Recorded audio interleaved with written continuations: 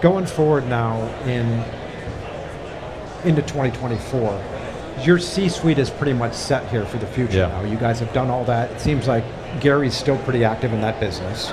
So you've got a lot of the stability that you've had historically.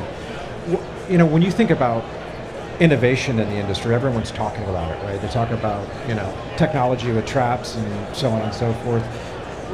In your mind, in the future, how are some ways that we can be more innovative in the industry? Yeah, so that's an interesting subject, and it's one I think a lot about.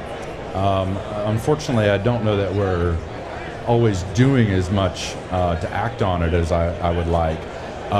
My thought about technology is that technology is really an enabler.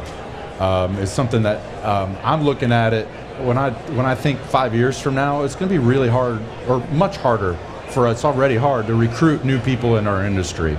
And let's face it, the job of a technician or a salesperson that's getting in attics and in crawl spaces and outdoors all the time, those are hard, physically taxing jobs. I'm interested in how we use technology to make our technicians and our salespeople's jobs easier.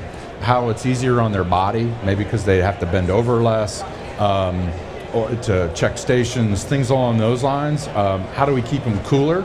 As the world's getting hotter, is like how do we keep them more air conditioned? I've thought of giant sombreros that they could wear to keep them in the shade more when they're outside.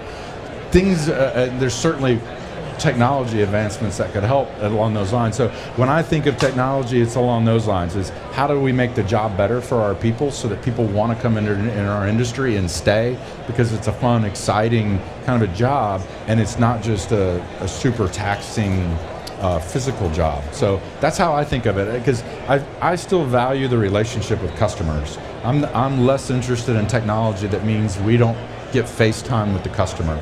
I want that FaceTime with the customer, but if I can use technology to supplement that service or make that service experience better or improve that relationship between that technician and that customer, that's what we're most interested in at Rollins. How important is that on the commercial side, the relationship with the customer, between the customer and the technician? Because clearly there's a movement to try to reduce direct labor, right? Replacing it with smart traps and so on and so forth. On the commercial side, how important is that relationship between the tech? Yeah, I think some of that's often defined by the commercial customer, the nature of that commercial customer. I worry about, using technology and over time commoditizing things when that relationship with that client is important. I think we have to continue to work to prove that value to that customer, that relationship, and that you need to see that person there. You need to have a working relationship to point things out and have difficult conversations about time, about sanitation issues or whatever's going on. That's a relationship thing. That's the human element of our business. And that's from the outset. That's why I got into this business. I love that human element. And so to me, technology supplements that. And anything we can do to improve those relationships. I think humans want relationships. I know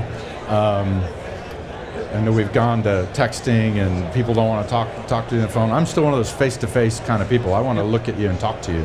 I don't want to go back and forth with you on text messages for days. So maybe I'm a bit of a dinosaur in that regard. But I still think humans have that need, and I think it's important to our business, and I think it's important to our industry that we don't get commoditized that way.